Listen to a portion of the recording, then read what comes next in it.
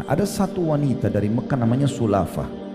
Sulafah ini kebetulan dia seorang tokoh Quraisy, orang kaya di Mekah.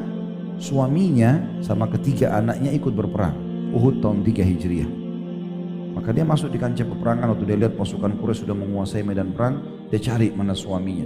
Dia temukan suaminya meninggal, mati, terbunuh. Dia cari anak-anaknya, dia temukan anak-anaknya. Kebetulan memang disebutkan namanya dalam buku-buku sejarah, ada Musaffi', ada Kilab, dan ada Jullas ya.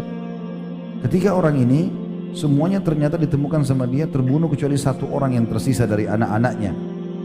Kebetulan Jullas yang belum mati tapi semua tubuhnya darah. Maka Sulafah pun mengangkat kepala anaknya, ditaruh di pahanya. Kemudian dia mengatakan, siapa yang membunuhmu hai anakku? Maka Jullas karena sudah lagi sakarat tidak bisa ngomong, tapi ibunya terus mendesaknya. Akhirnya Jullas mengatakan, sesungguhnya yang membunuhku adalah Asim bin Thabit, dan dia pula yang membunuh kedua saudaraku. Maka dia pada saat itu berteriak di kancah peperangan sambil mengatakan, siapa yang bisa mendatangkan kepadaku kepalanya Asim, maka aku akan bayar dengan 100 ekor unta plus lagi batok kepalanya itu nanti aku akan pakai minum khamr. Setelah minum khamr, na'udzubillah, aku akan isi dengan emas untuk dia, untuk pembunuhnya. Maka semua anak muda semangat pada saat itu. Orang Quraisy ingin mencari mana Asim, tapi kebetulan karena muslimin sudah berlindung di atas gunung, mereka nggak bisa. Quraisy pun pulang, pasukan pun pulang semua. Tetapi informasi dari Sulafah untuk orang-orang Quraisy, dan itu tersebar di seluruh suku Arab pada saat itu yang ada di sekitar Mekah, Madinah, di Jazirah Arab, kalau Asim ini target utama, karena siapapun yang bisa membawa ke dia hidup atau mati, maka tetap akan mendapatkan 100 ekor unta plus lagi batok kepalanya. Setelah dibersihkan, dipakai minum khamr sama Sulafah, ditaruh emas. Setelah itu maka emasnya dikasih kepada pembunuhnya gitu. Tersebarlah informasi tersebut. Nabi SAW pulang ke Madinah bersama para sahabat dalam kisah yang panjang tentunya tentang masalah bagaimana kekalahan ini terjadi, karena dari 700 pasukan 70 orang terbunuh, sisa 630, dan 630 ini semua luka parah. Sebagian hadis sejarah mengatakan minimal luka pada saat itu di Uhud adalah 2 sabetan pedang. Tapi yang jelas kuasa Allah Subhanahu wa taala pada saat itu, Allah ingin menyemangati kembali muslimin.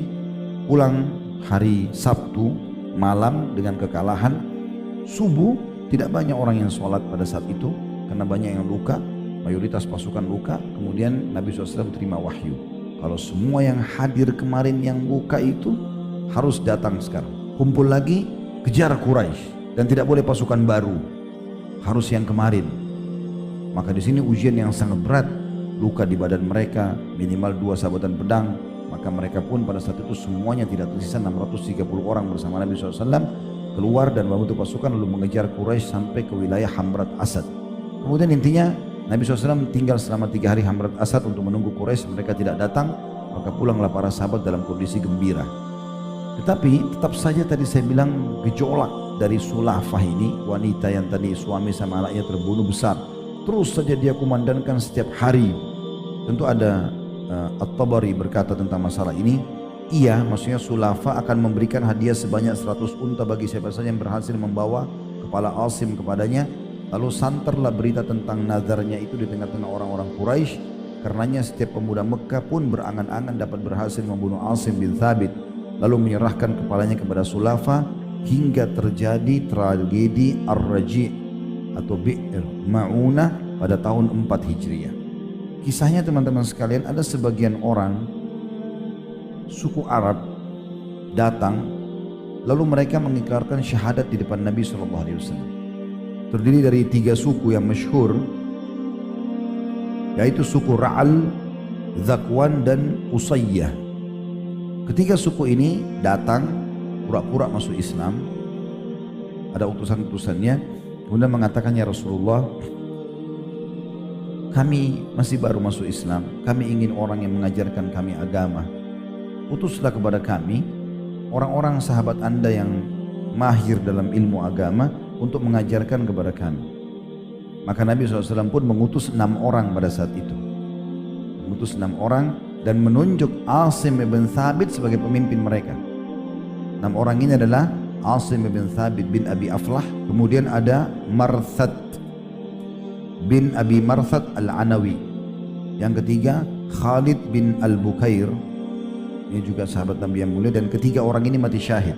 Tiga yang tersisa itu ditawan, di antaranya Khubayb bin Adi, kemudian ada Zaid bin Dathna, kemudian Abdullah bin Tariq. Keenam orang ini diutus oleh Nabi SAW untuk mendatangi atau menemani suku-suku tadi agar bisa mengajarkan Islam.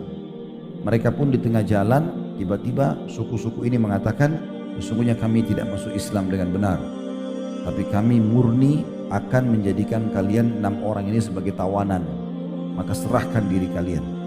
Pada saat itu ada 3 sahabat yang sepakat tidak mau menyerahkan diri sama orang kafir. Mereka tahu ternyata ini adalah para pengkhianat, yaitu Asim, Marthad bin Abi Marthad Al-Anawi dan Khalid Al-Bukair dan ini tidak mau menyerahkan diri. Yang paling mengotot adalah Asim. Dia betul-betul mengatakan, aku telah bersumpah setelah masuk Islam agar tidak pernah Allah menyentuhkan kulitku dengan orang kafir. Jadi dia bersumpah begitu, dia minta kepada Allah agar jangan sampai dia tersentuh dengan orang-orang kafir. Diceritakan Umar bin Khattab radhiyallahu anhu, beliau mengatakan, Allah subhanahu wa ta'ala senantiasa menjaga seorang hamba yang beriman. Asim pernah bernazar dan bersumpah sama Allah untuk tidak disentuh oleh orang musyrik pun semasa hidupnya selama-lamanya. Maka Allah SWT menahannya dari hal itu setelah wafatnya, sebagaimana dia telah melindungi dirinya dari hal itu semasa hidupnya.